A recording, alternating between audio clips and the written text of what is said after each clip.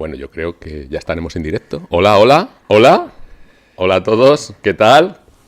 Bueno, bienvenidos de nuevo a uno de nuestros webinars sobre artrópodos. Gracias por estar aquí. Bueno, y gracias al Centro de Educación Ambiental de la Casa de Campo por invitarnos. Nosotros somos el equipo de la sección de entomofauna del grupo de seguimiento de biodiversidad de la Universidad Complutense de Madrid. Y bueno, como hace tiempo que no nos presentamos, pues de izquierda a derecha tenemos a Sandra. Luego tenemos nuestro colaborador más allá de nuestras fronteras en Perú, a Jorge, que esta vez nos acompaña, a Diego y a mí, Paco, un servidor. Pues, si os fijáis, el título de nuestro webinar de hoy pues tiene que ver con estrategias de supervivencia y colonización de los artrópodos. Es decir, habilidades y estrategias de diferentes tipos que tienen los artrópodos de sobrevivir a ambientes que así a priori pues a lo mejor nos parecen un poco inhóspitos o a situaciones un poco complicadas, ¿no? Que van a poner en reto la vida. No solamente los artrópodos, cualquier tipo de vida, ¿no? Entonces, bueno, pues vamos a ver cómo estos pequeños seres pues han ido superándolas, ¿no? Y así vamos a utilizarles de ejemplo que, como en cualquier ámbito de la vida, pues esto nos puede servir también para inspirarnos, ¿no? En nuestra propia vida. Bien. Uy, a ver, ya, eso es. Bueno, pues así, a modo de introducción muy rápida, muy tonta, ¿qué os voy a decir que no sepáis ya, ¿no? Podemos ser muy repetitivos, pero como ya sabéis, nuestros webinars siempre tratan de artrópodos en diferentes aspectos. Y como ya sabéis, los artrópodos pues es el grupo más exitoso en toda la biodiversidad. Iba a decir en el reino animal, pero realmente en cualquier ámbito de la biodiversidad. Y principalmente, así a grosso modo, podríamos localizar o reconocer 4 grandes grupos. El grupo de los insectos o sápodos, el grupo de los quelícerados o arácnidos, el grupo de los crustáceos y el grupo de los miriápodos. Esto es solo un recordatorio, porque yo creo que ya todos estaréis cansados de escuchárnoslo. Sabe también que es, como decía, el grupo más exitoso sobre la faz de la Tierra, con más de 1 millón de especies descritas. Hay gente que dice que puede haber otros 5 millones, otros que puede haber otros 20 millones de especies aún sin describir. Bueno, el caso es que forman parte del 80-85% de toda la diversidad presente a nivel mundial. Bueno, todo esto nos habla, ¿no?, de la gran éxito que han tenido los artrópodos en la conquista de la Tierra, del planeta Tierra. Vivimos, como ya hemos dicho muchas veces, en el planeta artrópodo. Y bueno, todo esto, pues bueno, claro, hay especies que finalmente pues las vamos a encontrar en medios donde va a haber ciertas condiciones pues extremas o adversas, o al menos que nos lo parece a nosotros. Tened en cuenta, no obstante, que bueno, sí, que tienen una gran importancia en los ecosistemas todos estos artrópodos, puesto que desarrollan una serie de servicios ecosistémicos y realizan una serie de tareas en todas esas cadenas tróficas. Pero también tened en cuenta que ese gran éxito viene dado por 2 condiciones. Por un lado, por sus preadaptaciones. O sea, ¿por qué ha tenido éxito el gran grupo de los artrópodos en esta conquista del planeta Tierra?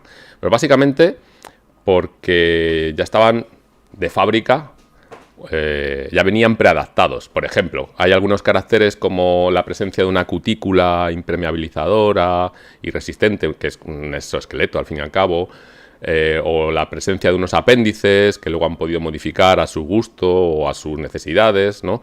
O la presencia de un fenómeno que se llama la tagmatización. ¿Qué es esto?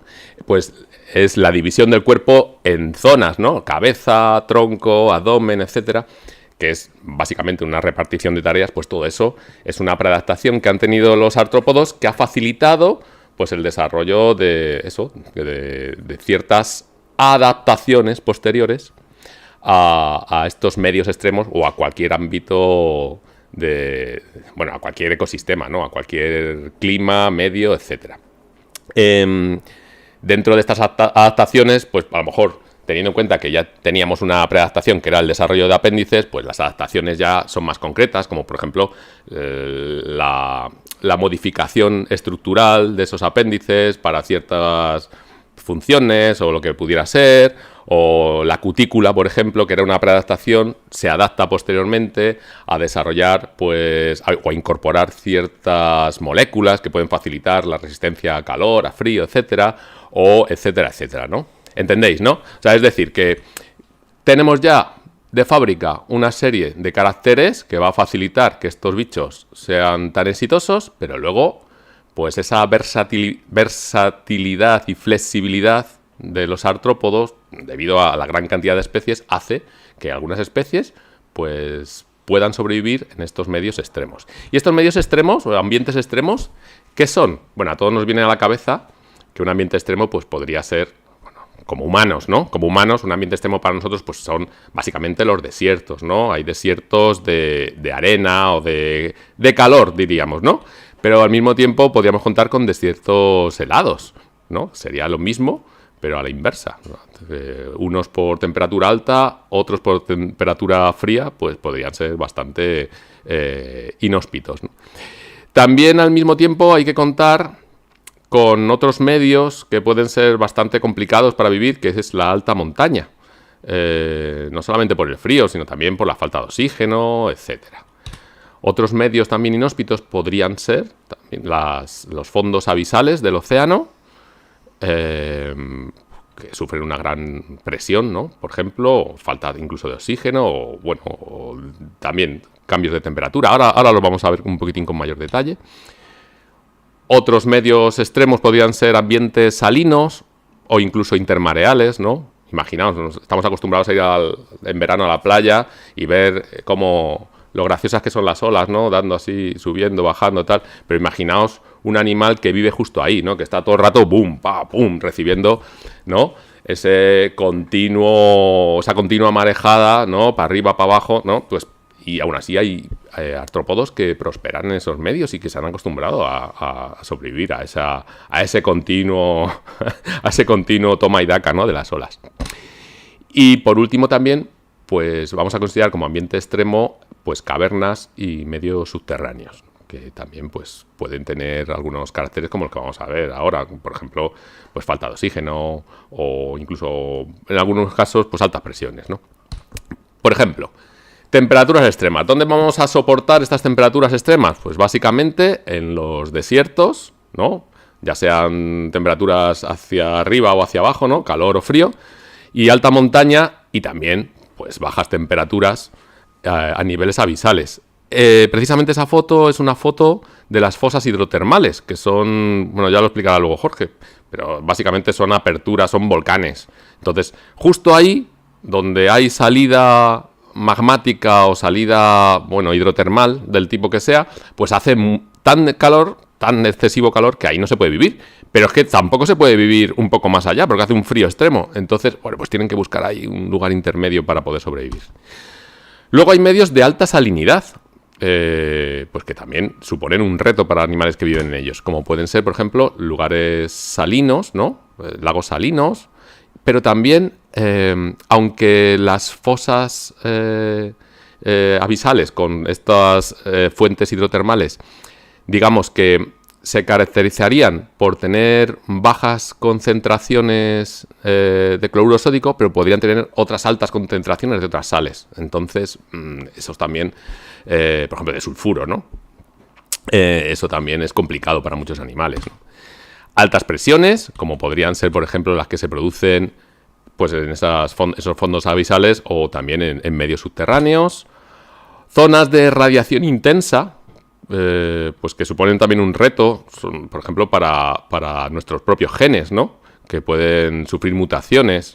Entonces, estas zonas de radiación intensa se dan pues en zonas de mucho calor, digamos desiertos, por ejemplo, pero también zonas de mucho frío al mismo tiempo, por la claridad que hay y pues eso, por la radiación que nos chupamos. Pero también en alta montaña aumenta la radiación. La baja disponibilidad de agua también es algo característico y podríamos decir que puede ocurrir en cualquiera de estos ambientes extremos. No es que, a ver, nos queda claro que en un desierto nos va a faltar agua, pero por ejemplo, dices, ¿y nos va a faltar agua en zonas salinas o en los polos? Pues a lo mejor sí, porque lo que es importante no es que haya agua, es que haya disponibilidad de agua, ¿no? Igualmente, en estas fosas abisales, pues los animales no podrían utilizar ese agua que sale de esas fuentes hidrotermales, ¿no? Seguramente por esa concentración tan alta en sulfatos, sulfuros, etcétera. Y luego la escasez de oxígeno. La escasez de oxígeno es algo recurrente en zonas altas, posiblemente en zonas abisales, claro, y posiblemente en muchas cavernas o sistemas subterráneos, pero también puede haber escasez de oxígeno en zonas salinas, ¿no? En cuerpos de agua salinos, porque la alta concentración de sal hace que disminuya también la concentración de oxígeno. Y esto también supone un reto para muchos animales que viven ahí.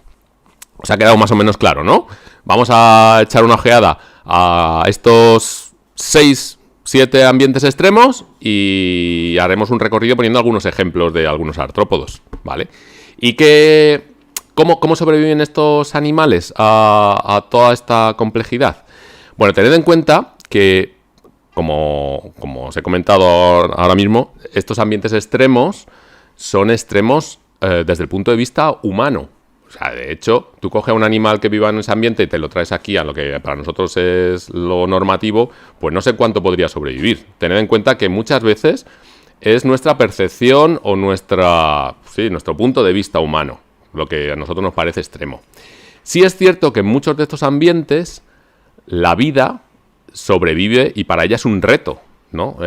Porque muchos de esos factores ambientales, esas características ambientales que suceden en esos lugares, pues son difíciles. Son difíciles, digo, de forma normal, ¿no?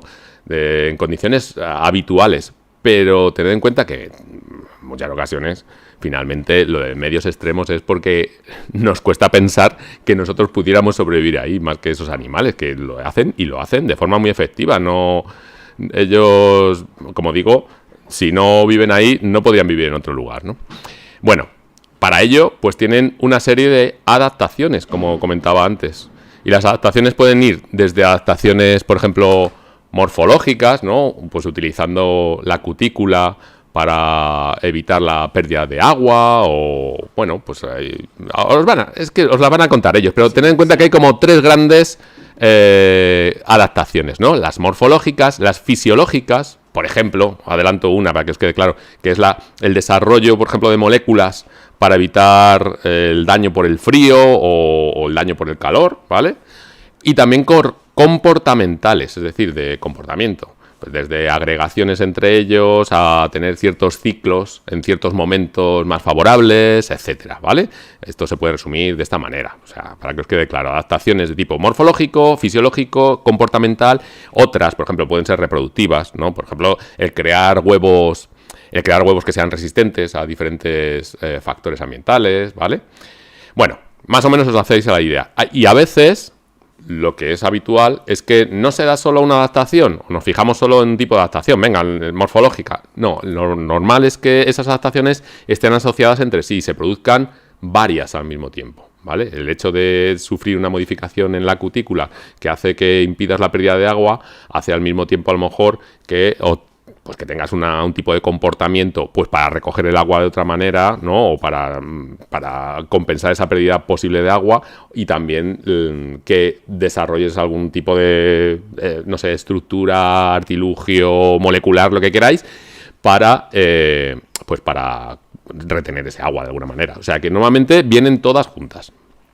Me voy a callar, ya hablo al final, ¿vale? Les dejo a ellos.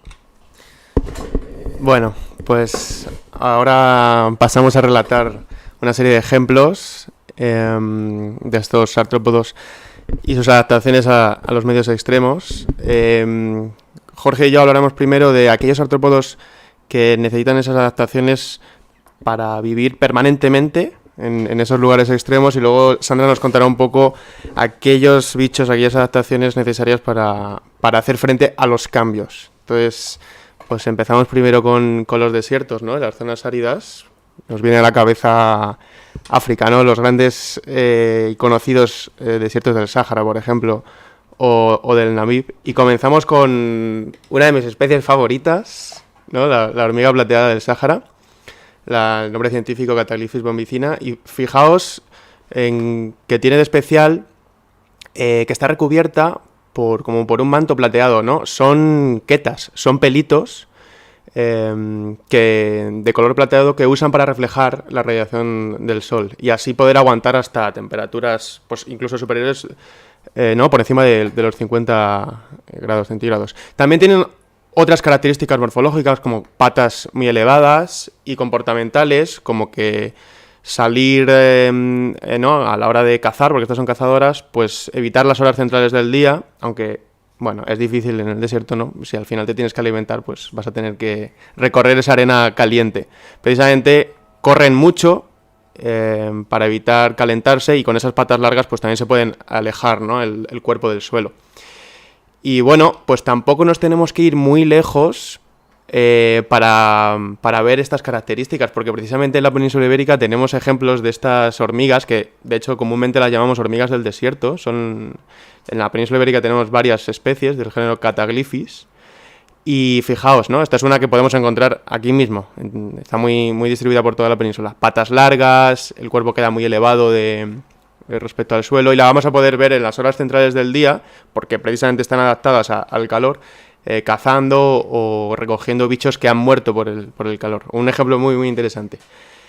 Pues al igual que estos escarabajos de Namibia, ¿no? Tanto el Onychomacris como estas especies del género Stenocara son especies que lo que hacen es recoger partículas de agua que están en suspensión. Por ejemplo, el Onychomacris se sube a las dunas escala las dunas cuando hay niebla y se pone de esta manera, ¿no? Con las patas de atrás levantadas, haciendo un ángulo de 45 grados, como si fuese un colector de gotitas de agua en suspensión, ¿no? Como la cutícula es hidrofóbica, ¿no? Es decir, que repele el agua, se van a adherir las gotas y van a ir poco a poco cayendo hacia abajo hasta llegar a su cabeza y de ahí va a poder beber. El Stenocara también hace ese mismo comportamiento, lo que pasa es que ha desarrollado una cutícula todavía como más sofisticada, ¿no? Tiene unos botoncitos que son hidrofílicos, es decir, ya captan el agua, y cuando ha generado suficiente volumen de agua, como el resto de la cutícula es hidrofóbica, es decir, repele el agua, también igual va a deslizarse el agua por el cuerpo hasta llegar a su boca. Y así pues tienen como fuente de agua, ¿no? Con su propio cuerpo. Muy interesante este ejemplo. Si nos vamos al norte de África, ¿no? Y al Oriente Próximo, pues tenemos el clásico escorpión, ¿no? El clásico de las películas, que está adaptado a vivir en zonas áridas gracias a su cutícula, que es muy, muy, muy gruesa y además es que lo recubre por una cera especial, ¿no? Lo que permite que no transpire tanto, no va a dejar que escapar el líquido, ¿no? del agua de su cuerpo. Además es que ha desarrollado la habilidad para comer igual una presa y no comer en meses. Entonces, si juntamos estas dos adaptaciones, pues tenemos un bicho muy, muy, muy resistente. Al igual que este otro escorpión endémico de aquí, de esta parte del sur de África, que vive en estos ambientes rocosos. Esa es otra estrategia, el resguardarse a la sombra, ¿no? Como haríamos nosotros, pues al final ellos igual van a intentar cobijarse entre las rocas, buscar grietas, enterrarse en el suelo. Pues este escorpión tiene ese comportamiento y además ha desarrollado un exoesqueleto que refleja luz ultravioleta, que es uno de los factores que al final, dentro de las características de la luz solar, pues que pueden resultar más dañinos, ¿no? Entonces, por eso cuando le enchufamos así una luz ultravioleta, lo vemos de este color, porque está reflejando, no está absorbiendo esa luz dañina, ¿no? De ultravioleta. En contraposición, vamos a comentar algunos ejemplos de artrópodos y adaptaciones en zonas frías. Aquí, por lo general, la mayoría de artrópodos tienen unas estrategias comunes. Unos usan algunas más que otras, pero podemos resumir en una criptobiosis, ¿vale? Que es la reducción de procesos metabólicos. Luego Sandra también nos comentará algunos ejemplos, así como la deshidratación crioprotectora, que es deshidratar el cuerpo para que no se generen cristales de hielo, ¿no? y el cuerpo reviente.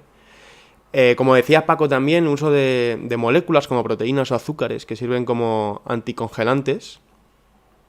Lo que comentábamos, pues aquí igual, que al final están muy adaptados a poder encontrar ese refugio bajo tierra, entre las rocas. Incluso ya escondiéndote bajo el hielo, va a suponer una reducción de esos grados fatales, ¿no?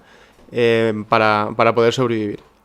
Y luego también aquí sí les interesa captar esa radiación solar. Por eso pueden tener el pico de actividad en las horas centrales del día.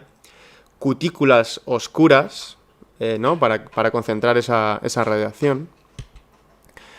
En los polos, pues los colémbolos son los supervivientes por excelencia, ¿no? Los que mejor, uno de los bichos mejor adaptados a los polos. De hecho, fijaos en el Ártico que se han encontrado más de 420 especies que pueden habitar el Ártico sin ningún tipo de problema, ¿no? En la Antártida quizás sí está más reducido, hasta 12 especies, pero también, ¿no? Es sorprendente que puedan estar ahí viviendo esta diversidad de artrópodos.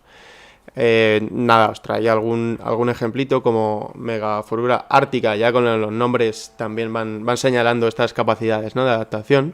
Y esto es un ejemplo de la criptobiosis, de esta deshidratación que os comentaba, ¿no? Al final les interesa, cuando vienen estos periodos más extremos, liberar líquido para concentrar el resto de fluidos.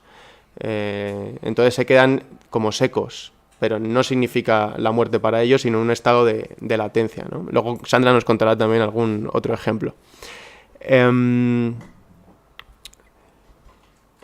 Algún ácaro que precisamente depreda estos colémbolos, fijaos qué nombre también le han puesto, ¿no? Con referencia a dos lugares de la Tierra fríos, ¿no? Alaska y la Antártida.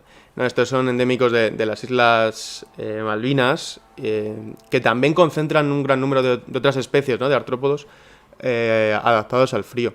Pero si nos bajamos un poquito más, sí, más no se puede, a la Antártida, ¿no? Al sur, aparece una especie súper interesante, ¿no? La mosca áptera del Antártico, de nombre científico Bélgica antártica.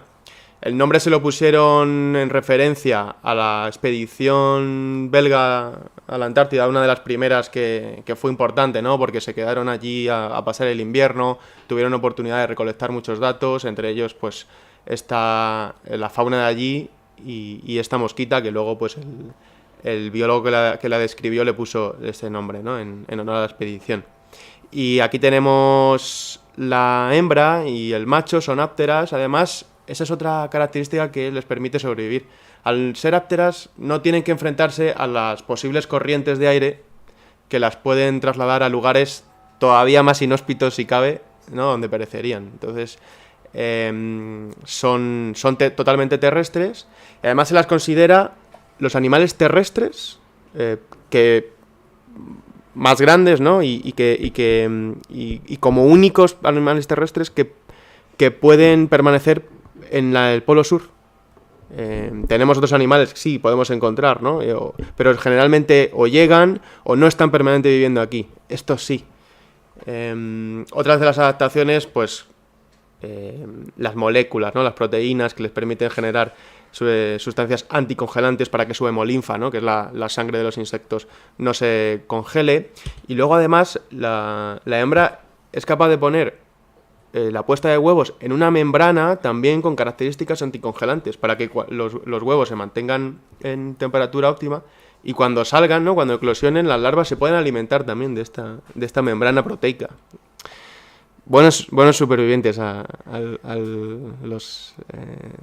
las temperaturas extremas. Y bueno, por poner algún ejemplo de alta montaña, ¿vale? Aquí, aparte del frío, se te van a tener también que enfrentar, como decía Paco, a la anoxia, ¿no? La falta de oxígeno, incluso a una mayor radiación. Entonces tienen que tener un balance entre si son más oscuros, pero no exponerse tanto al sol, porque entonces van a tener mucha radiación. o incluso generar colores más blanquecinos para intentar pues que sí, reflejar más la luz, ¿no? Algunos ejemplos: la araña saltarina del Himalaya, ¿no? Con este nombre de Ophrys omnispestes, que significa estando por encima de todo, porque se la encuentra en el monte Everest, ¿no? A casi 7.000 metros. Ostentará el récord de... No sé si en algún webinario de récords lo habéis nombrado, sino para el siguiente. Ostentará el récord de animal ¿no? así terrestre que más alto puede llegar a sobrevivir, porque caza pequeños colémbolos o artrópodos que llegan allí por corrientes de aire, ¿no? Algún otro ejemplo: el grillo de las montañas rocosas, ¿no?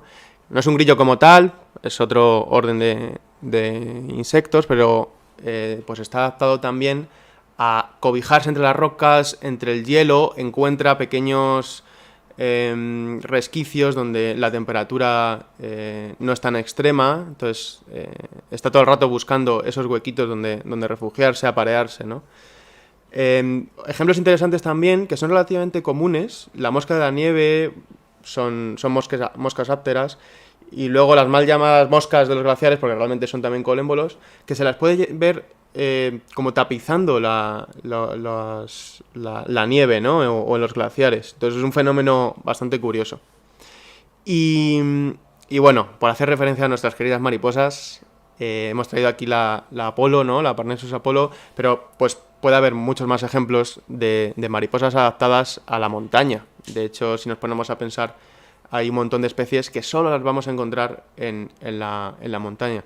Y estas han desarrollado pues ciertas características y adaptaciones, como por ejemplo controlar el vuelo. Son buenas voladoras para evitar que las corrientes, ¿no? se las lleven a zonas más inhóspitas.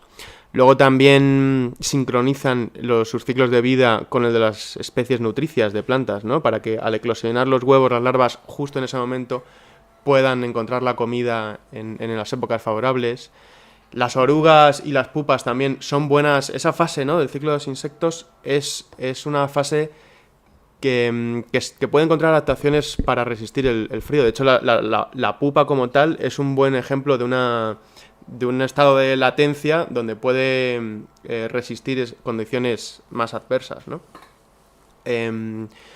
Y pues hasta aquí estos ejemplos, ¿no? del frío y el calor. Y pues ahora Jorge os va a contar el ambientes submarinos. Muchas gracias, Diego. Ahora, bueno, vamos a describir un poco aquellos artrópodos que han podido colonizar y habitar ambientes extremos de tipo marino, ¿no? En este caso, uno de los ambientes que se nos viene a la mente podrían ser aquellos como las chimeneas submarinas, que se ubican en los fondos avisopelágicos de todos los océanos. Básicamente, estas chimeneas submarinas se pueden encontrar en las dorsales oceánicas, que están representadas en este mapa a través de estas líneas.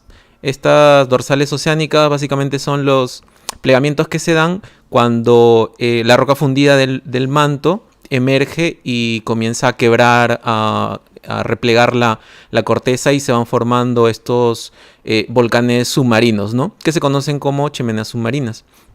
Aquí tenemos una imagen de una de ellas, donde se puede ver todo el vapor, el gas que sale a temperaturas que sobrepasan hasta los 200 grados Celsius. Y se va formando un microhábitat a partir de la roca fundida, que se va condensando y se va enfriando, ya que alrededor de estas zonas, al estar en los fondos oceánicos, la temperatura es bastante fría. Y al entrar en contacto con este magma, esta agua prácticamente en ebullición, se generan microclimas, ¿no? Estos microclimas han favorecido el desarrollo de algunos artrópodos, como estos crustáceos que tenemos por aquí. Por ejemplo, el crustáceo decápodo Kiwirisuta, que habita la dorsal Pacífico-Antártica, y este pequeño camarón de la especie es el Rimacaris exoculata. Ambas han sido digamos, descritas o encontradas relativamente hace poco. Esta en la década de los años 80 y la Kiwi hirsuta en el 2015 aproximadamente, ¿no? Estos organismos tienen adaptaciones morfológicas como, por ejemplo, un exoesqueleto que le confiere una capa protectora a estas temperaturas elevadas, ¿no? Y además pueden desarrollar pelos que recubren todo el cuerpo. Más adelante vamos a ver para qué sirven estos pelos. Otra adaptación morfológica es que el cuerpo puede tener una forma hidrodinámica para poder soportar estas presiones elevadas que ocurren en estas zonas, ¿no? Ya estamos hablando de adaptaciones que han sido adquiridas ya de forma, digamos, natural por ser artrópodos, ¿no? Además, estas adaptaciones morfológicas le confieren algunas adaptaciones fisiológicas, como por ejemplo la simbiosis con proteobacterias. En el caso de la Kiwi hirsuta, estos pelos sirven como base para el desarrollo y el crecimiento de estas proteobacterias. Se han hecho estudios donde se observa que la kiwa se alimenta de estas bacterias filamentosas que crecen en su cuerpo. Entonces ya de por sí tiene alimento asegurado durante todo su periodo de vida, ¿no? Y la Rhimacaris exoculata lo que ha desarrollado es una simbiosis con bacterias reductoras de hierro. En este magma, en esta roca fundida, la concentración de hierro es bastante elevada. Entonces eso es lo que aprovecha este camarón para poder realizar su proceso de respiración celular, ya que estas bacterias le confieren el oxígeno que ellos necesitan para poder sobrevivir y desarrollar sus procesos normales, ¿no? Ahora, todo este conjunto de adaptaciones morfológicas, fisiológicas, también se traducen en adaptaciones etológicas. Por ejemplo, la Rhimacaris aprovecha las microfisuras que se generan en estas chimeneas, ya que hay un microclima adaptado o generado por la confluencia entre altas temperaturas y bajas temperaturas, ¿no? Esta especie puede estar o habita la franja entre los 5 hasta los 15 grados Celsius, ¿no? Y para ver un poco del comportamiento que tienen ambas especies, vamos a poder ver unos videos. Aquí tenemos al hábito de alimentación de la kiwa, ¿no? Ven cómo a partir de sus maxilas comienza a cosechar las bacterias que crecen en sus patas, ¿no? Y luego tenemos al Rhimacaris exoculata, que aprovecha justamente este microclima que se genera en las chimeneas y se agregan para poder mantenerse en todo este ecosistema.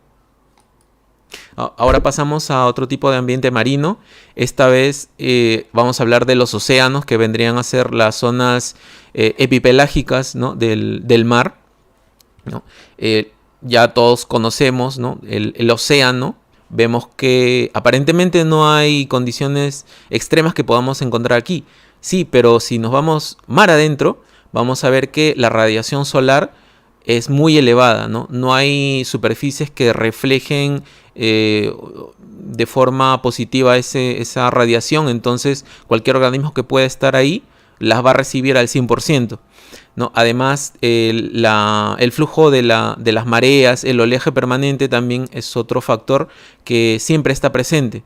¿Y qué especie podemos encontrar que puede soportar estas condiciones? Pues tenemos aquí al famoso patinador marino, ¿no? Bueno, quizás por aquí lo conocen como el zapatero marino. Es el Alobates germanus, ¿no? Este género, el género Alobates, presenta 40 especies. Pero solo la especie Germanus, Alobates germanus, puede habitar los océanos profundos, ya que ha desarrollado una serie de adaptaciones, principalmente morfológicas, para poder soportar estas condiciones, ¿no? Se han realizado estudios en laboratorio donde se ha demostrado que el exoesqueleto de este insecto está recubierto por microvellosidades que se conocen como microtriquias, que le confieren una propiedad de superhidrofobicidad, es decir, que repelen el agua del cuerpo. Entonces en todo el tiempo están prácticamente impermeables, ¿no? Tienen una capa impermeable que los protege, ¿no? Tanto del agua marina como del agua de lluvia, porque en estas zonas también se generan tormentas y el agua que llega a ellos es repelida, ¿no? Asimismo, para poder soportar el flujo de las mareas, el oleaje constante, ellos utilizan estas microvellosidades que tienen en las patitas para poder utilizar una especie de como de resorte sobre la película del agua, ya que pueden soportar la tensión superficial al ser organismos pequeños. Entonces, cuando viene una marea, lo que hacen ellos es inclinarse un poco e impulsarse con las patitas posteriores y medias, y van dando saltos, ¿no? Van surfeando en el mar, ¿no? Entonces, de esa manera ellos pueden sobrevivir en estos ambientes tan inhóspitos, ¿no? Y pueden alimentarse de pequeños organismos marinos que a veces quedan sujetos en la película de agua, y ellos los van aprovechando, ¿no? Son principalmente depredadores o también carroñeros, ¿no? Aprovechan los restos de animales que han caído muertos en algún momento, ¿no? Y cuando ellos están afectados por las precipitaciones, lo que hacen es sumergirse en el océano, ¿no? Ya que esta capa de pelos los protege, generando como una cúpula, una campana de aire, ¿no? Y pueden estar nadando por un periodo relativamente moderado de tiempo, ¿no? Aquí en la imagen se pueden ver esta película que los recubre, dándole una capa protectora, ¿no? Otra adaptación que tienen es en relación al tamaño, ¿no? Los chinches acuáticos continentales, los que habitan ríos, presentan un tamaño que puede llegar hasta 1 centímetro. Pero estos chinches patinadores marinos llegan hasta los 4 milímetros, son pequeños, ¿no? Eso también les permite soportar periodos de sequías, ¿no? La resequedad por la radiación solar, ¿no?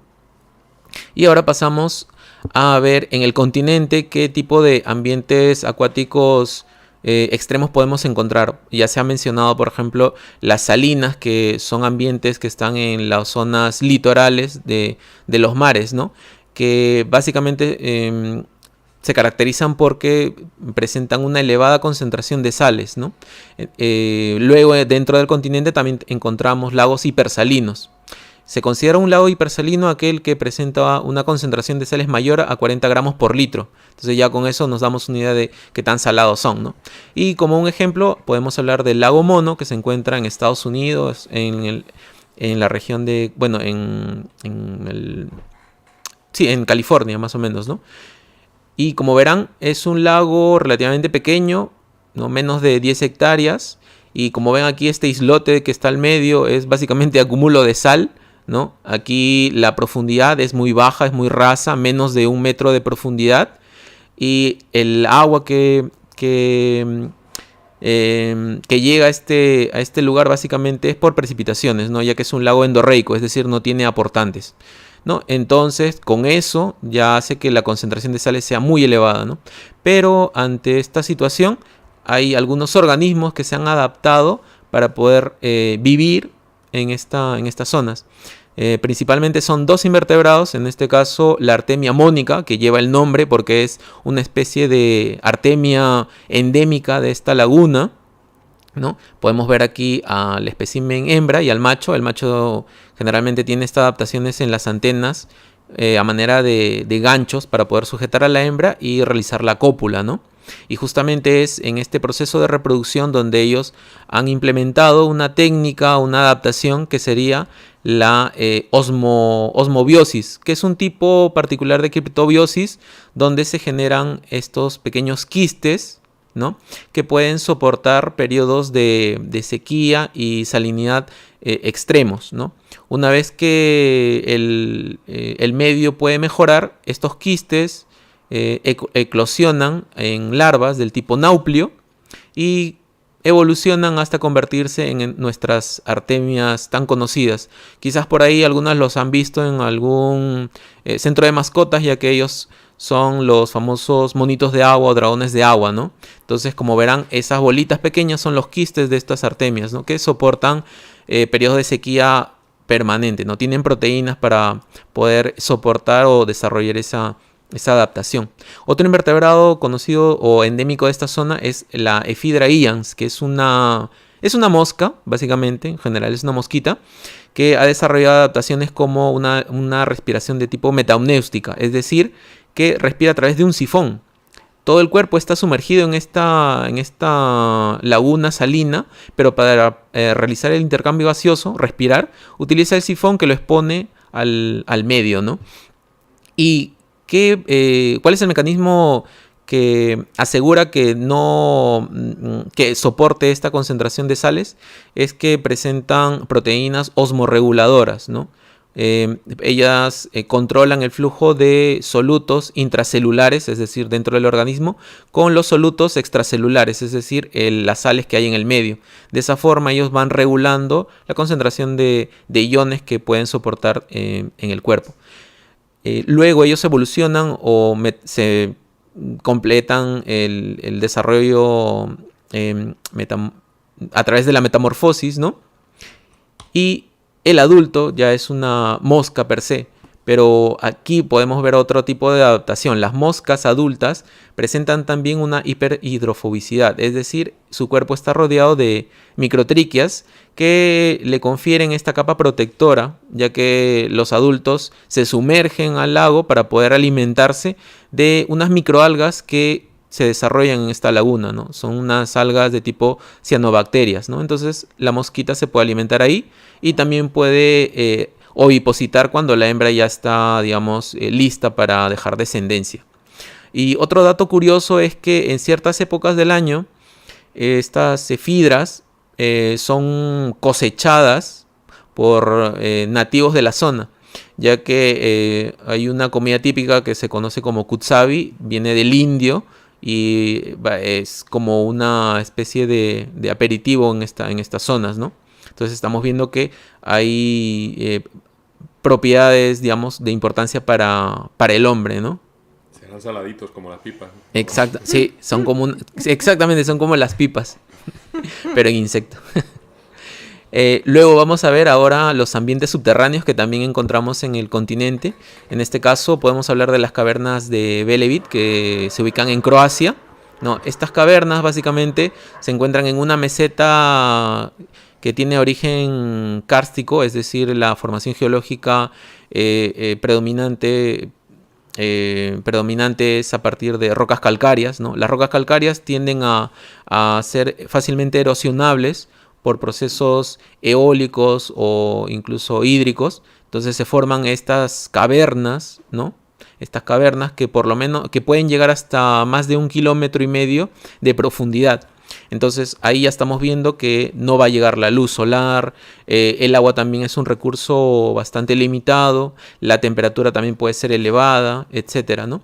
Y ante este escenario, ¿no?, el que ustedes pueden ver aquí, se han hecho numerosos estudios o inventarios para ver qué tipo de organismos habitan en estas zonas, ¿no? Y en el 2015-22 aproximadamente, se descubrieron algunas especies como por ejemplo la Geophilus adesi, que es una especie de miriápodo que vive o habita en estas zonas. Es una especie que no sobrepasa los 5 centímetros, es bien pequeñita, ¿no? Está adaptada a estas zonas. Ahora vamos a ver qué tipo de adaptaciones tiene. Y lleva el nombre de adesi porque está en honor al dios griego del inframundo, ¿no? Se ha encontrado en una profundidad de hasta 1 kilómetro, ¿no?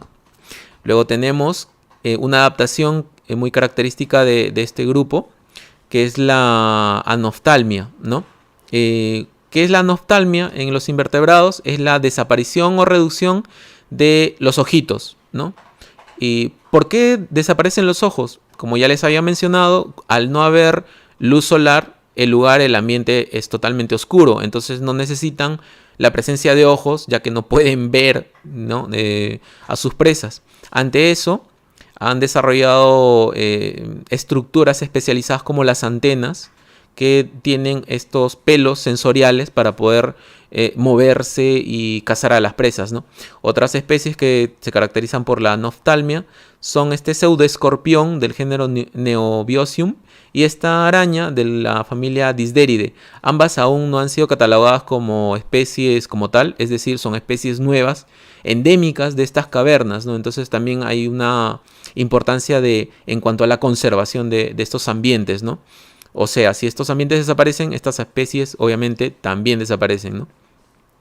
Y además de la noftalmia, otras variaciones morfológicas o adaptaciones morfológicas que presentan son la longitud de las patas, ¿no? De las patas locomotoras, ¿no? Esto les confiere también el poder palpar el medio y poder desarrollar su vida normalmente, ¿no? Van andando ahí como cieguitos buscando un lugar para poder esconderse, reproducirse y alimentarse, ¿no? Luego tenemos ambientes subterráneos como las cavernas que se encuentran en Europa del Sur y Europa del Centro, ¿no? Como en Austria, Croacia, el norte de Italia básicamente, ¿no? En estas zonas podemos encontrar este tipo de cavernas, ¿no? Donde habitan estos ortópteros, ¿no? Básicamente son como familiares de los grillos, ¿no? La especie es el Troglophilus cavícola, ¿no? Ya el nombre le da una idea de dónde vive, ¿no? Esta especie fue una de las primeras en ser descrita en 1878 en las primeras expediciones que se hicieron a estos ambientes de tipo cavernas, ¿no? Y es la más, digamos, entre comillas, cosmopolita que podemos encontrar, ¿no? En estas cavernas. Presenta ojos como verán aquí, pero la variación o adaptación que ellos presentan es el apterismo, es decir, han perdido la capacidad de desarrollar alas. ¿Por qué? Porque al estar en cavernas no se mueven mucho, son endémicos de esa zona, entonces no necesitan hacer un gasto energético desarrollando estructuras que no les van a servir, como por ejemplo las alas, ¿no?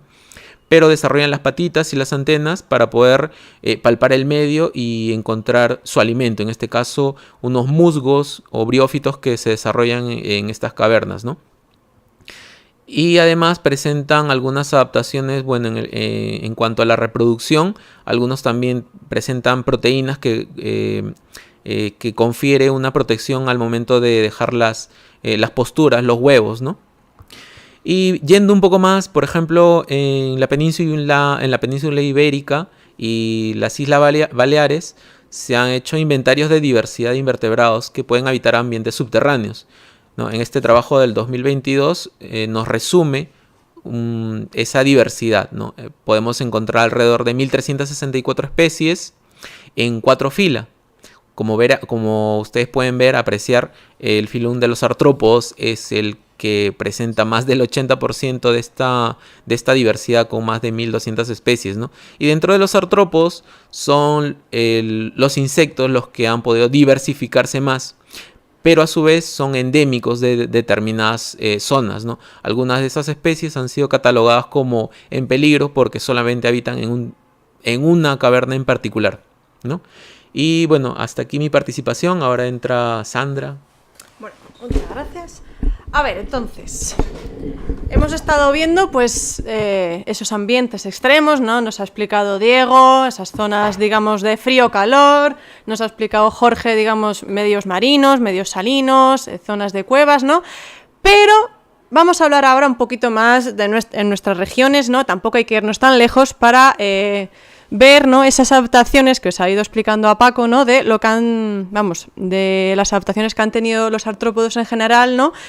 Para vivir en una zona, ¿no? Entonces, nosotros, digamos, como ¿qué ocurre, ¿no? O sea, hemos estado viendo ambientes como permanentes, ¿no? Que no cambian mucho, pero en nuestro caso nosotros tenemos las estaciones, ¿no? Tenemos diferentes periodos, ¿no? En el que pues tenemos o momentos de frío, ¿no? En el caso del invierno, ¿no? Pues hay muchas lluvias, las temperaturas bajan, no hay tanta radiación. Luego pues tenemos momentos, digamos, como de transición, primavera, otoño, ¿no? Que las lluvias suelen permanecer, pero ya van... En el caso de primavera va subiendo las temperaturas, en el otoño van bajando, ¿no? Y también tenemos épocas de mucho calor, ¿no? Entonces, en este caso también hay que pensar un poco que los artrópodos tienen que también adaptarse, ¿no? A estas situaciones, digamos, cambiantes, ¿no? O por lo menos de forma periódica que el medio va cambiando. Entonces, ¿qué estrategias? ¿Vale? Vamos a ver algunas, hay muchas más, como siempre, o sea, no tenemos tiempo para todas, pero vamos a hablar, digamos, como las más llamativas o las que a lo mejor nos pueden sonar, ¿no? Pues, por ejemplo, migraciones, ¿no? Entonces, ¿por qué migran, no? Pues es un poco pensar en los pájaros. Al final, ¿por qué se producen esas grandes migraciones, ¿no? En este caso de artrópodos.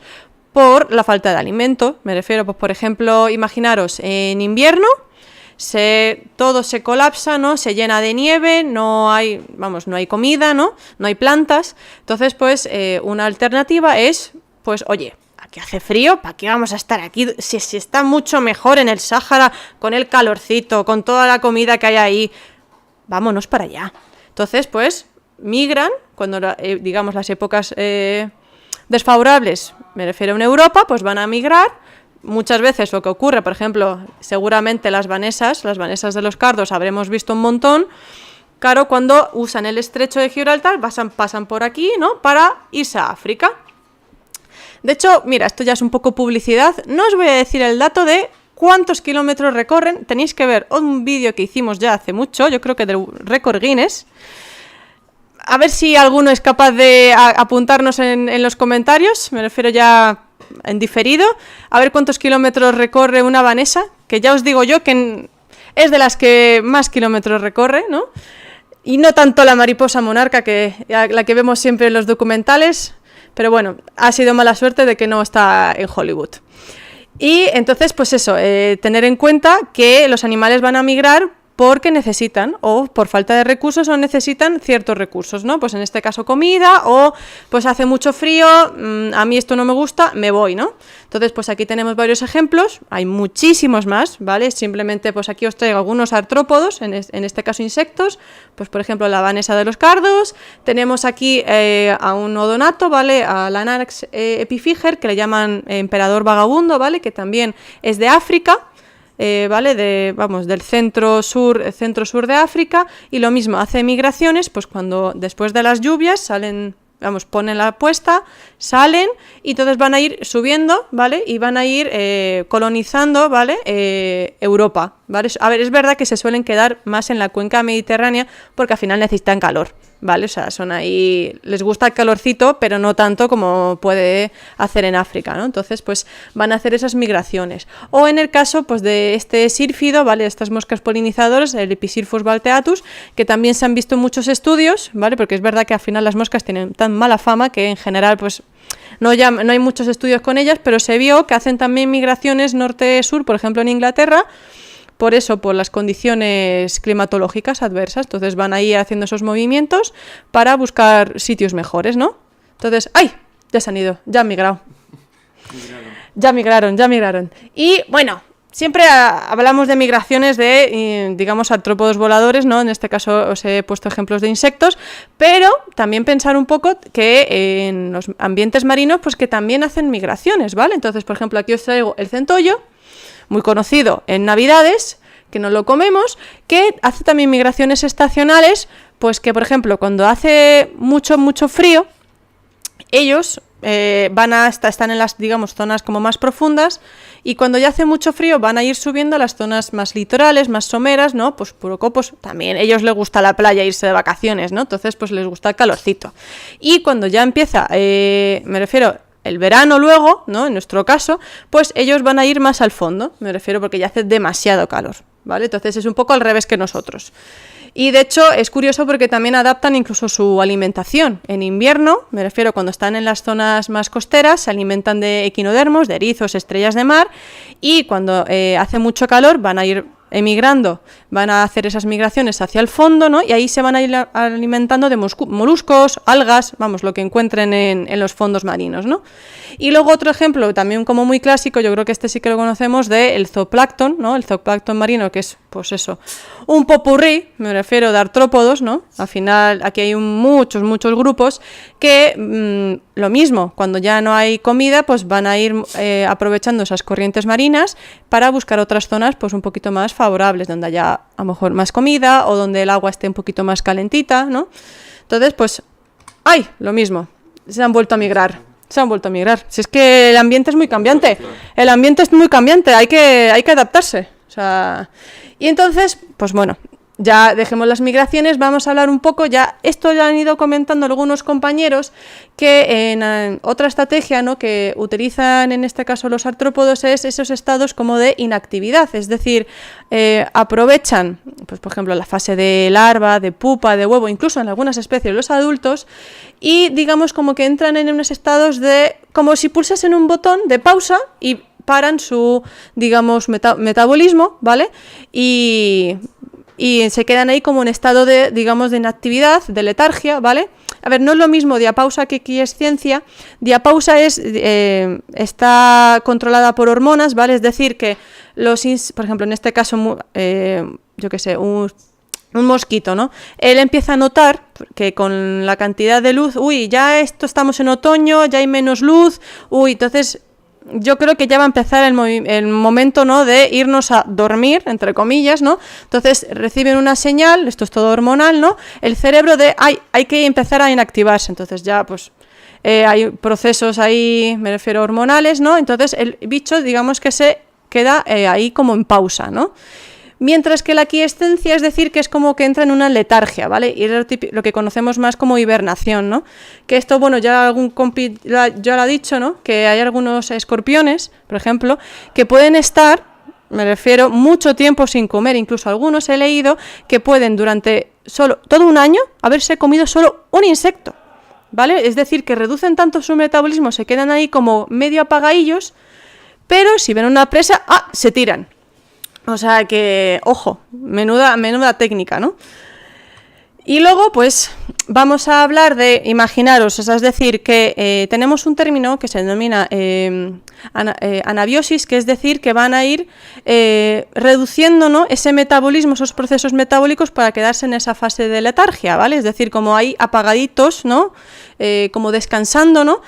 Pero cuando ya llegamos a unos ambientes como muy extremos, es decir, imaginaros que de repente la temperatura baja a menos 100 grados, me pongo ya ahí a exagerar, o al revés, de repente hace muchísimo calor, ¿vale? Entonces ya hablamos de criptobiosis, ¿vale? Es decir, que reducen tanto su metabolismo que parece que están muertos, ¿vale? Entonces, ¿cómo no vamos a hablar? También yo creo que esto ya lo hemos ido hablando en algunos webinarios.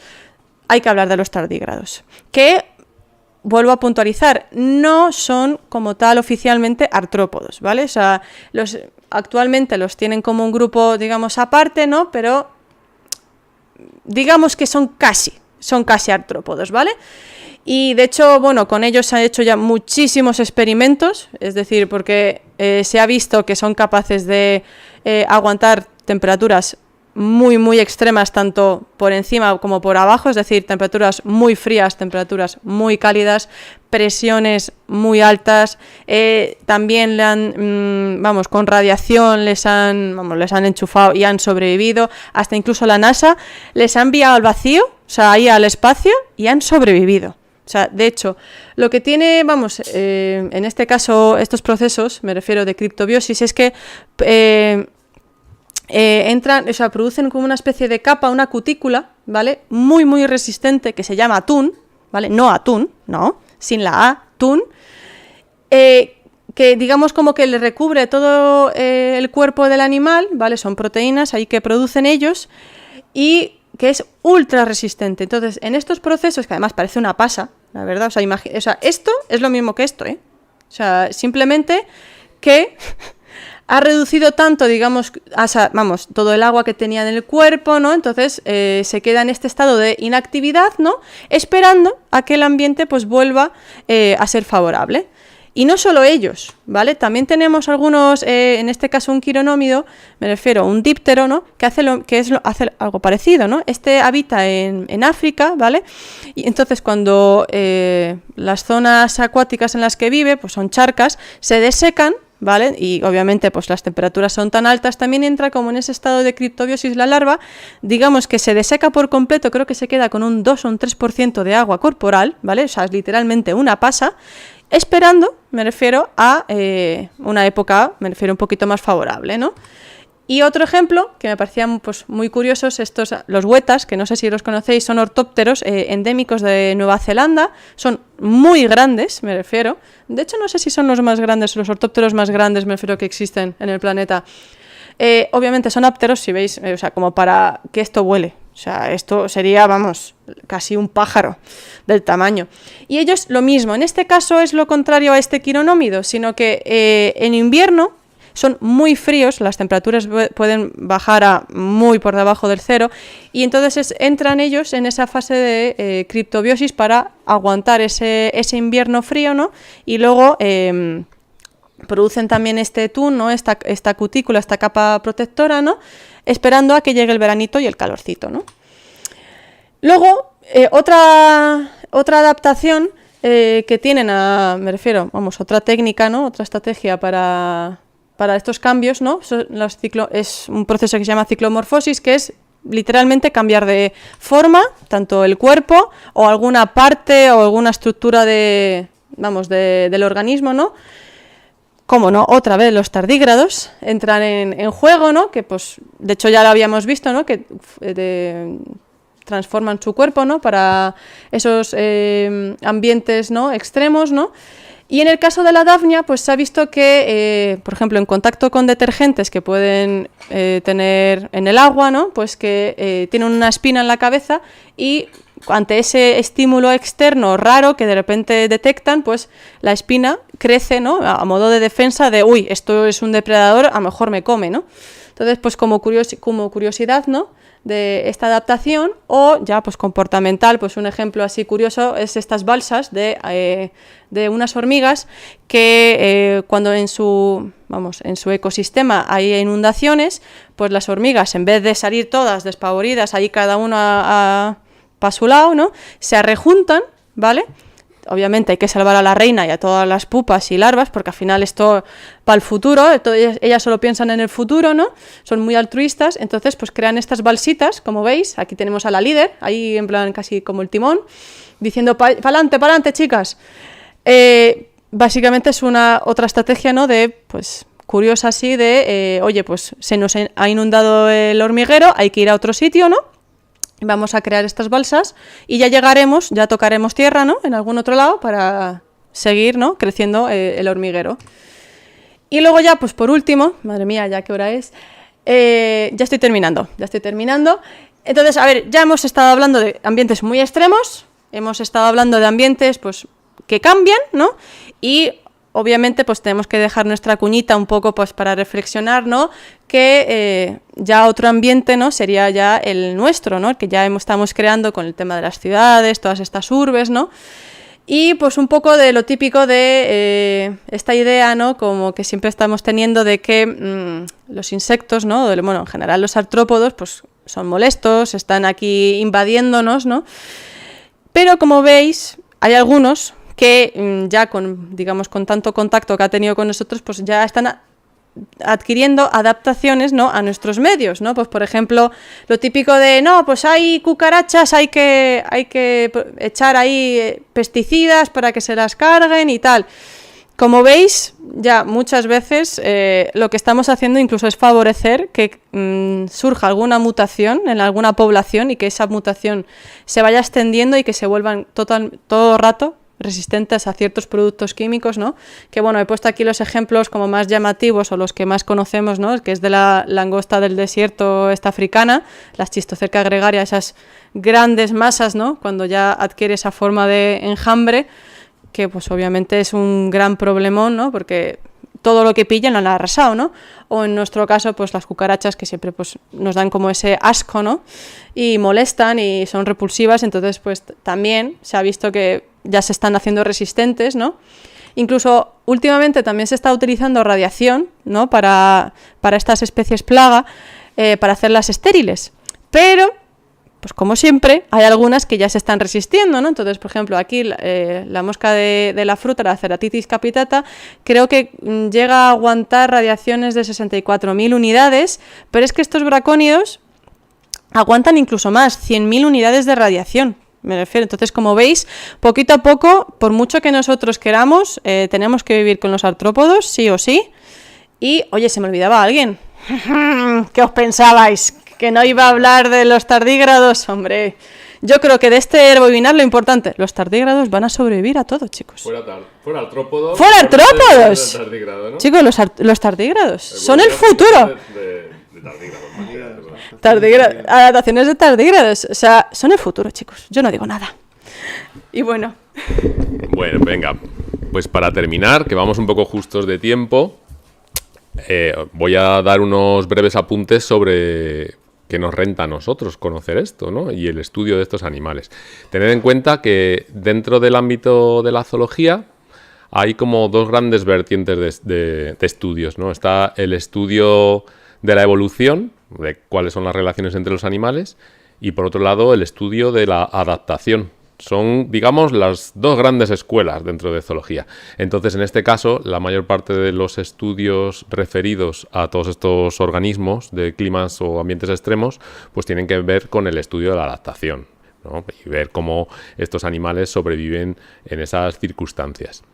Tened en cuenta que, claro, para nosotros, como os decía al principio, lo que consideramos un ambiente extremo quizá no lo es tanto para ellos, pero no obstante, para nosotros supone una curiosidad. Cuando vemos animales en esas situaciones, pues nos resulta una curiosidad observar cómo terminan sobreviviendo e intentar luego pues estudiar esto en su medio, quizá llevarlo luego al laboratorio, quizá hacer algún estudio o análisis comportamental, etcétera, etcétera, ¿no? Entonces, a partir de ahí, pues estos artrópodos pues nos han servido un poco de inspiración para nuestros propios conflictos o problemas.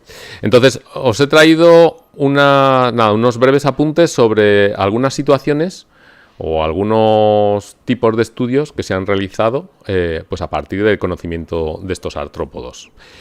Por ejemplo, pues el estudio de estos artrópodos nos ha facilitado el análisis y el desarrollo de superficies superhidrofóbicas. Por ejemplo, nos contaba antes Diego y Jorge sobre algunos artrópodos que resulta que repelen el agua, por la razón que sea, o bien por la presencia de pelitos, microtriquias, como decía Jorge, o bien por la presencia, a lo mejor, de ceras, ¿no? Bueno, pues esto ha facilitado el estudio de esas superficies superhidrofóbicas que facilitan, por ejemplo, la autolimpieza de muchos componentes, o también facilitan la impermeabilización de pues algunas superficies que son interesantes, ¿no? Por ejemplo, imaginaos para la conquista del espacio o para pues, los viajes transoceánicos, ¿no? Pues esto es muy interesante. Por ejemplo, también se han estudiado a partir de estos organismos pues el desarrollo de materiales reflectantes. Quizá el máximo protagonista de esto es la hormiga que nos ha contado Diego, que está en el desierto, que refleja la luz. Y bueno, pues estos materiales reflectantes pues se han basado pues en la configuración tanto molecular como en la estructura, ¿no?, que forman esas moléculas para desarrollar, por ejemplo, ropa ignífuga o ropa que protege frente al calor o la luz, ¿vale? O incluso para crear capas sobre alimentos, ¿vale?, que protegen de la degradación solar.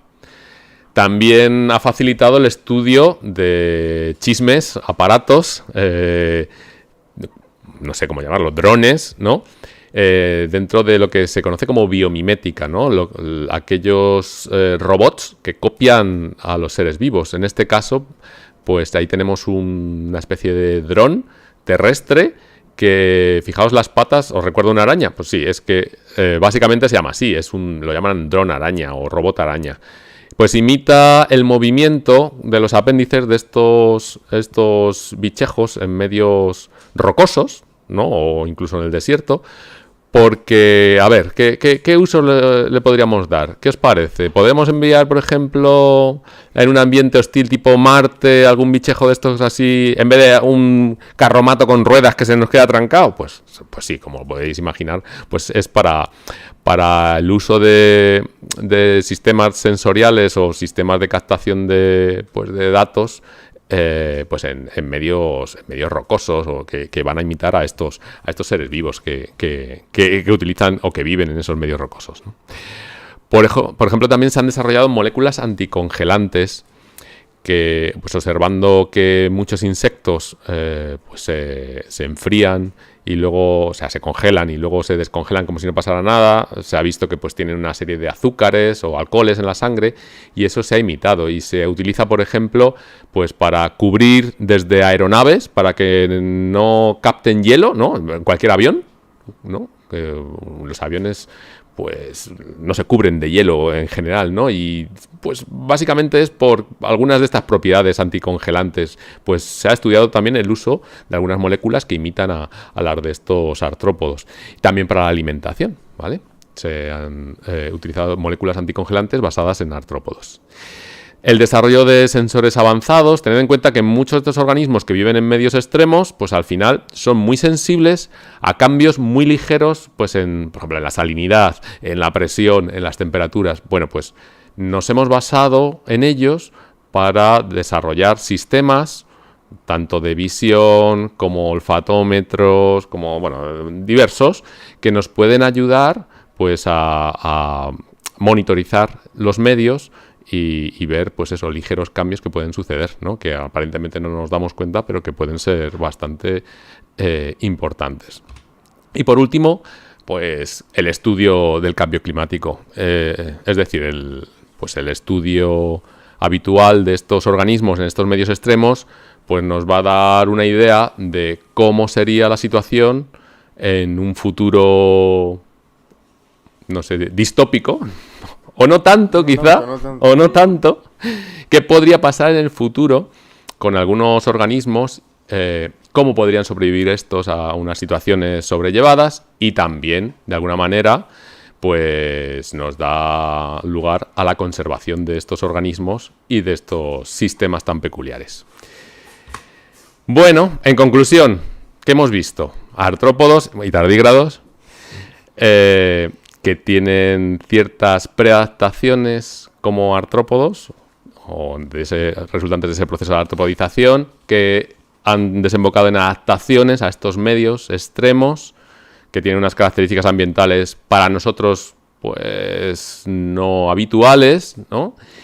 Y que, bueno, que han conseguido sobrevivir en estos lugares gracias a sus adaptaciones morfológicas, fisiológicas, comportamentales, etcétera, ¿no? Y gracias a ellos, pues nosotros como seres humanos nos ha llamado la atención, hemos fijado nuestra atención en ellos, y yo creo que me vais a dar la razón, que el hecho de observar a todos estos organismos y ver cómo la naturaleza se abre paso nos inspira quizá para que en el futuro pues nosotros también seamos capaces o nos animemos, ¿no?, a superar nuestros propios desafíos ambientales o del tipo que sea. ¿Qué os parece? Pues ya hemos acabado. Sí. ¿Contestamos preguntas? ¿Sí? Bueno, si hay alguna pregunta. Venga, vamos a contestar preguntas. Vamos. A ver, empezamos por... Mira, de Eugenio Sanz dice: me gustaría que os mojarais como los chinches marinos. ¿Cuál es el artrópodo favorito de cada uno de vosotros? No vale tardígrado. Yo ya he dado una pista, ¿eh? Mientras hablaba, yo ya he dado una pista. Pero tiene que ser de artrópodo de ambientes extremos, ¿no? Sí, sí. De Pues, este seminario. a ver, yo voy a decir el grilloblátido, por salir un poco de lo normal, que es un orden muy peculiar de insectos, ¿vale? Que hay muy poquitas especies. Estos que viven en los glaciares del Paleártico y del Neártico. Sí, un bicho muy peculiar, ¿eh? Sandra, no vale tardígrado, venga. Venga, a mí me ha gustado mucho la araña esta Yeti, la que vive en el Everest. Que me parece muy graciosa. Jorge, venga. Pues en mi caso el Alobates germanus, ¿no? Ya que me gustan los chinches acuáticos. Muy bien. Diego, ¿te no lo has dicho? Sí, lo he dicho en el seminario. No he dicho del todo. Pero no ha dicho. Venga, la hormiga. No, es que es de mis preferidas. Es que es muy peculiar, la Oye, verdad. reconozco que las La Cataglyphis Cataglyphis también. bombicina está muy chula. Vale, bueno. ¿Qué más nos preguntan? ¿Tienes fans? ¿Quién? Jorge, ¿tienes? Claro, Dice normal. que sí, que a lo mejor deberíamos contratarle En algún... para algún webinar, aunque sea a distancia. ¿Te parece? Por mí, bienvenido, claro. Fenomenal. Vale, ¿cuántos insectos y cuántos artrópodos acabaremos comiendo? Bueno, Eugenio otra vez dice, ¿podemos decir que ejemplos como los tardígrados son evidencias de que la vida fuera de nuestro planeta es más posible de lo que se creía antes? Venga, Jorge, responde, que eres el invitado. Mójate tú. Pues bueno, la pregunta es bastante interesante, pero yendo a las evidencias, podríamos decir de que muchos de estos organismos ya tienen esas adaptaciones para poder soportar los ambientes extremos, ¿no? Desde que se formó nuestro planeta, han sufrido, se han adaptado a estas condiciones, ¿no? Entonces, el mencionar que pudieron haber venido de otros lugares es un poquito para pensarlo, ¿no? Pero yo diría que no, nuestros artrópodos ya tienen esas herramientas, ¿no? Desde antes, ¿no? Pero el hecho de que a lo mejor se desarrolle la vida afuera, sí es posible. De hecho, hay muchos científicos que piensan que de haber vida en otros planetas posiblemente sería artrópoda, ¿no? algo artropodiana. Artrópodo. Se parecería a algo así. Claro. Ujú. Si es que son los mejores. Si es que vamos a ver. Bueno, No hemos visto. ¿Lo hemos ¿hasta qué visto? punto los seres humanos estamos acelerando las adaptaciones de los artrópodos derivados de toda esta antropización del medio? Está pasando. Por mí. Venga. Pues esto lo podemos también. Hombre, a ver, está claro que, como ya hemos ido viendo, aunque estén en nuestro, me refiero, en medio, ¿no? Espérate, ¿cómo era? ¿Hasta qué punto los seres vivos estamos? A ver, depende, me refiero de los grupos, ¿no? O sea, está claro que hay algunos que se van, o sea, cuando, por ejemplo, hemos visto pues mucho reducción de las poblaciones de insectos en general, ¿no? De cuanto más cerca de las, vamos, que cuanto más lejos de las ciudades mejor, porque al final no, pues las condiciones no son las favorables para ellos, ¿no? Pero sí que es verdad que hay algunos, ¿no? Sobre todo los generalistas, pues que parece ser que no les afecta mucho, entonces alguna adaptación han tenido que tener, ¿no? Entonces, acelerando, pues hombre, pues sí, a lo mejor algunas que... Quizá para Vamos. ciertas...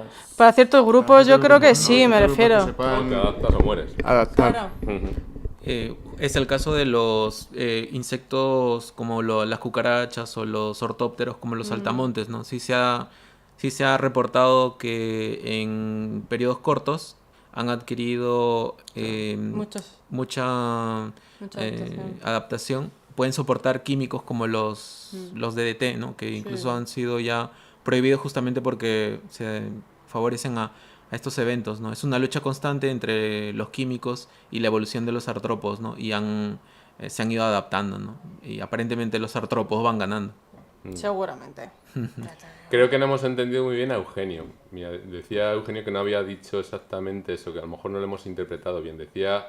¿Cómo? A ver, volvemos a ver su pregunta. ¿Podemos decir que ejemplos como los tardígrados son evidencias de que la vida fuera de nuestro planeta es más posible de la que se creía antes? Bueno. No estoy entendiendo, ¿cómo? No, que decía Eugenio que no lo habíamos entendido del todo. Pero bueno. A ver, no deja de ser también un experimento el mandar a los tardígrados al espacio, ¿no? Todavía Sí. no se ha detectado una forma de vida artropodiana como tal en un planeta exterior, ¿no? Entonces, bueno. Bueno, de todas formas está por ver. Sabéis que hay ahora mismo tardígrados en la Luna, que una nave israelita se estrelló que llevaba tardígrados Y ahí se han quedado. y está la curiosidad, por lo visto, que harán en alguna misión futura de ir allí a ver si siguen vivos o les pueden reanimar. Bueno, pues vamos acabando, ¿no? Sí. ¿Tenéis alguna pregunta más? Bien, pues bueno, pues como siempre, os agradecemos que hayáis estado por aquí. Nos vemos en el próximo webinar. Y yo creo que nada, mientras tanto, que paséis un feliz mes. Y muchas gracias, Jorge. A los demás ya nos vemos siempre, pero también muchas gracias. Sí, muchas gracias por la invitación. Sí. Y nos vemos pronto. Venga, Hasta luego. hasta luego. Chao. Chao.